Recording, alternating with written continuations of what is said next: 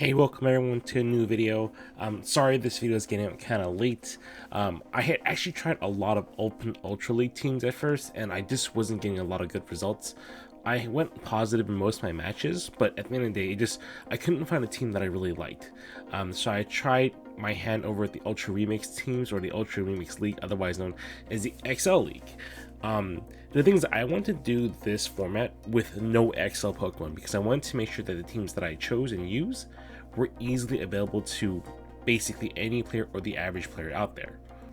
After trying out about 3 or 4 different teams, I found a team that was working out really well, and I decided to kind of stick with it and see how well that team could do. In a 2-set match out of 10 games, I was able to go 9-1, which I felt was pretty good. The one match I did lose, it was a hard counter all the way, unfortunately, but other than that, it was actually a pretty solid team. The team I used features a lucky Trevenant, an old shiny Lapras that I had from a long time ago, as well as a Ampharos that I just happen to like. Honestly, Ampharos has gotten me to Legend multiple times, and I just love it as a Pokemon. The good thing about this team is that the Trevenant Lapras core covers each other really well. The biggest weakness to the Trevenant would be flying types, and to some extent normal types.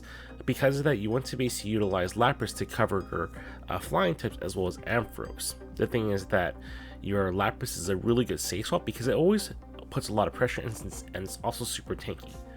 Sorry for the style there, it's just really cold where I'm at right now.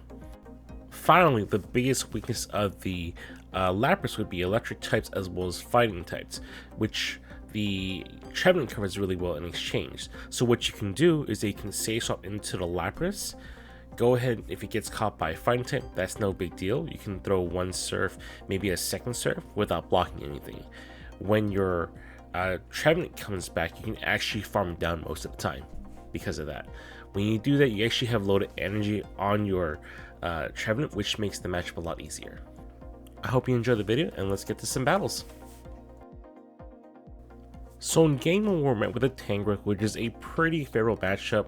I'm not really worried about Rock Slide because it isn't stab damage, and on top of that, I resist the Violence completely. Finally, I resist their main source of damage, Power Whip.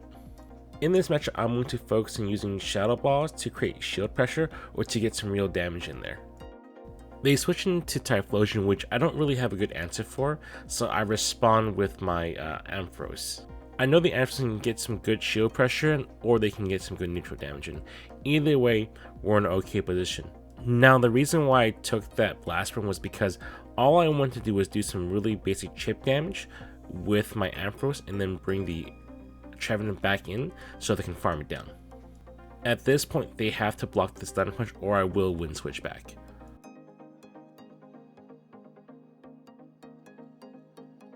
Here's the second Blast Burn, you definitely want to block that. And from this point on, I'm probably going to try to commit to the farm down, but I might throw a Seed Bomb depending on the situation. So they switch in their Tangrowth, which is a huge mistake. At this point, I'm going to throw a Seed Bomb, which they have to block or they're going to lose all the energy they had. Their final Pokemon is a Crobat, which I respond with my Lapras, and at this point, the game is over. Let's go to game 2. So game 2 starts with a much less favorable matchup. It's a fully XL'd out Skarmory, which is something I don't really want to see. My first safe swap here would actually be my Ampharos because it's fully effective against Skarmory. They responded with their safe swap, Snorlax. This matchup is relatively bait dependent. You can try to go straight for the Focus Blast or you can try to go for Thunder Punches. Since the Focus Blast was blocked, I'm going to start throwing Thunder Punch on cue just to get as much chip damage as possible. Here comes my first Thunder Punch after the first Focus Blast, and they block it, which is absolutely fantastic for me. On top, they threw energy over here, so I can go ahead and let my Ampharos go. And now I'm in a position where I don't have to block the Snorlax. It does have super effective lick damage, but it's not something I really worry about. That being said, at the end of the day, I'm still in a pretty good position because I have 2 shields to 0 shields, meaning that I have free reign on my charge moves here. They bring back out their level 50 Skarmory, so I respond with my Lapras, which is An okay matchup. I basically want to just block one time, throw one surf, and then farm it down. This should be a favorite, but because once again I don't need to, I have 2 shields, I go ahead and block this, and I'm still going to commit to the farm down here. At this point, my opponent seems to be trying to wait out the switch clock, meaning that they're probably going to bring a Snorlax, go for a Super, and then dip. They do bring up the Snorlax. I'm going to now try to pressure with Surf, just to see if I can kind of do some extra chip damage, maybe even take it out or switch into my Trevenant if necessary. I'm still under the impression they're going to try to Super here, so I blocked this first one just in case, and it was Super. At this point, I'm going to try to farm it down. This here should probably be another Super as well. It's going to do some okay chip damage, but I'm going to survive it enough.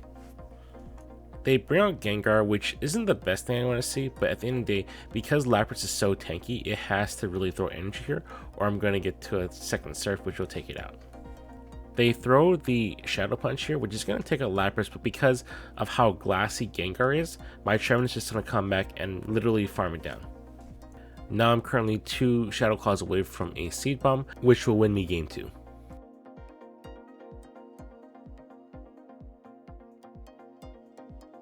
And it looks like my opponent force closed the app, which is, I guess, something they can do. And there goes game 2. Let's go to game 3. So in game 3, I go against a Galvantula, which is a relatively even matchup. The lunges do neutral damage and my C-Bomb does not very effective damage. I can try to go for a Shadow Ball here, but I'm really trying to get some damage in before it can actually get a lunge in. If I can do that, I can get more shield pressure usually. Generally speaking, Trevenant will win this matchup either way though. This should be a lunge. I'm thinking to myself that Discharge doesn't do any super effective damage, so I should constantly be worrying about lunges.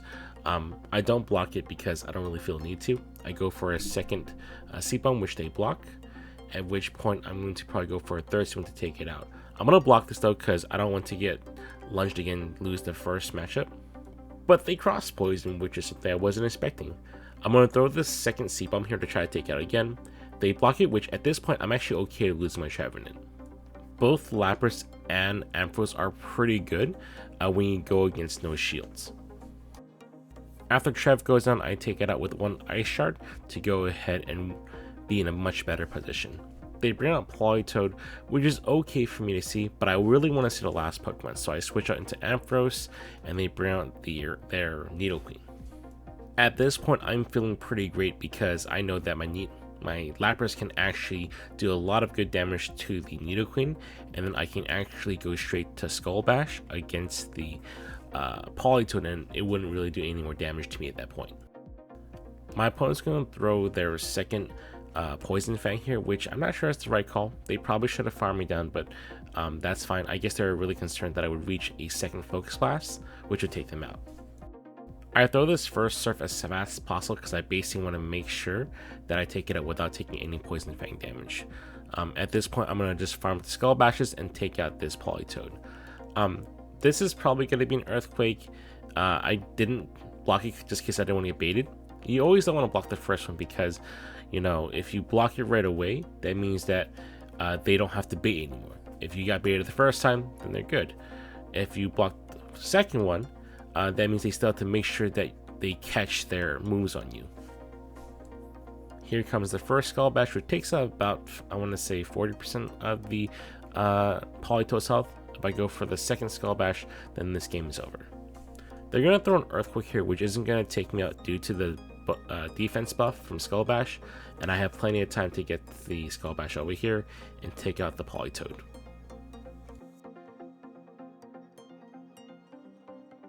And there goes game 3. Let's go to game 4.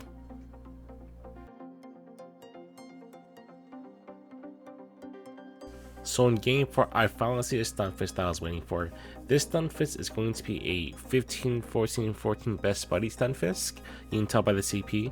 The trick here is that you basically don't want to block anything because the rock slides once again don't do any stab damage, and on top of that you resist Earthquake. Most Stunfisk generally won't block your Shadow Balls here because they're so tanky, and at the end of the day, they need to get 2 over here. It's kind of a waste for them to really block a Shadow Ball because of how durable the Stunfisk is. They're about to throw another Rock Slide here. At this point, I'm going to overfarm a little bit and probably throw a Seed Bomb. This Seed Bomb probably won't take out the Stunfisk, but it will actually put it pretty low to the point where it can farm it down. Oh, it actually takes it out. They respond with a Scrafty, which is okay. I fully resist the counters and they resist my Shadow Claws. On top of that, I get some okay neutral damage with Seed Bomb, but it does super effective damage with Foul Play. The thing is, because of the way Scrafty works, I'm at a point where it doesn't really matter about the Foul Play damage because Foul Play does way too much damage against my Trevenant to really matter. Either way, I still bring Ampharos to do some just neutral damage here because it can really chip away at this Scrafty here. It also has to really block my Focus Blast to make sure that it doesn't get easily one hit.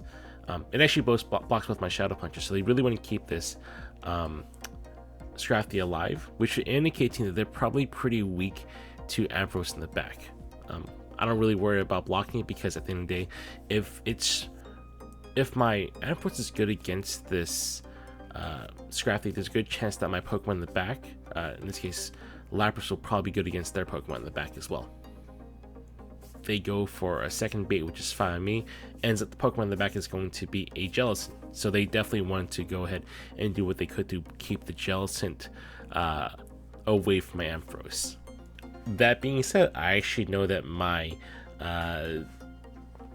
Lapras is really bad against Jellicent. I'm still 1 shield ahead, so there's not a lot of play they can have over here. I bring my Ampharos back out because I know they have to throw here because they're taking way too much damage from their Will Switches. They Bubble Beam, I don't block it, and then out comes my Lapras. I counted the attacks here. This one should be a Bubble Beam over here as well. And at this point, I'm just going to try to just slowly take it down with a Surf here. Here comes the second Bubble Beam. I'm not going to block it, and it's going to do some minuscule damage. This Surf, on the other hand, is probably going to barely hurt the Jellicent as well. But, you know, it's what you can do, right? You want to just kind of take it out. At this point, I now have an extra Surf ready to go for the returning Scrafty. That didn't really matter that much. This Surf will take it out pretty easily, and there will be Game 4. Let's go to Game 5.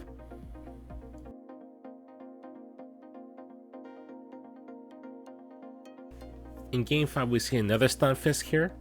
This one actually looks to be a 15, 14, 15 best buddy Stunfisk. They respond to my Trevenant with a really good Pokemon. They bring out a Volibee, so I respond with my Ampharos. Ampharos versus Volibee Mandibuzz is a relatively one-sided matchup, so I'm just going to go for back-to-back Thunder Punches and get a little extra farm and throw them right away. The one concern I have is I don't want to get hit by another Dark Pulse, because if I do, I will have to use a shield for this, which is something that I just really shouldn't be doing in this matchup. I know they're going to respond to Stunfisk here, so I'm going to go straight for the Focus Blast, because I know that the Stunfisk is a much lower attack than my Ampharos. I know that in the worst case scenario, I win CMP tie. If they expended energy beforehand, they will be in a much worse position because of the fact that my Trevenant can just come right in and then go ahead and do a ton of damage on the way out. They throw a Rock Slide here and they underfarm it because they basically want to get extra energy while taking out my Ampharos. So I just do some really basic chip damage with the Thunder Punch. It doesn't really do anything, but you know, might as well at that point. As my Trevenant comes in, they throw a Rock Slide right away, which is the right call. I'm just going to try to get some extra farm here and then just take it out like an Only Whip by throwing Shadow Balls. Here comes the second Rock Slide, which is fine. I'll block this one because I don't want to take actually too much damage on my Trevenant. I still want to reserve as much energy as possible. And they actually catch my Shadow Ball on their Honchkrow. The thing is that because of how fragile Honchkrow is, it actually just takes way too much damage here. It's going to throw a Sky Attack here. I don't think that was enough for Brave Bird. Based on the count, I think it was 4 Snarls. And I know that's going to be taken out by my Ice Shard. At this point, I'm just going to just throw my Surfs as soon as possible. I did 2 Ice Shards there first just to make sure I could do a proper move deny, and then I'm going to go for a second Surf as soon as possible. I make sure I block this rock slide to ensure that I can get this second surf in here. The second surf here should take about 2/3 of the health over here. It won't knock it, but it'll bring it pretty low. We're at a point where it has to throw energy against me, or I'll go ahead and get another surf out, which I do.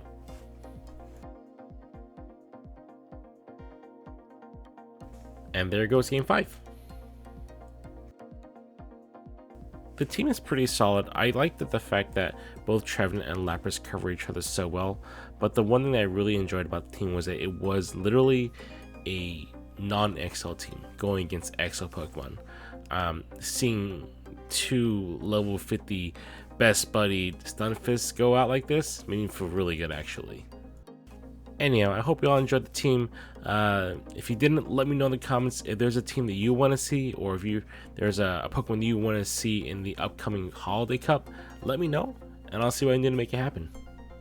For everyone else, I wish y'all the best luck in the Battle League.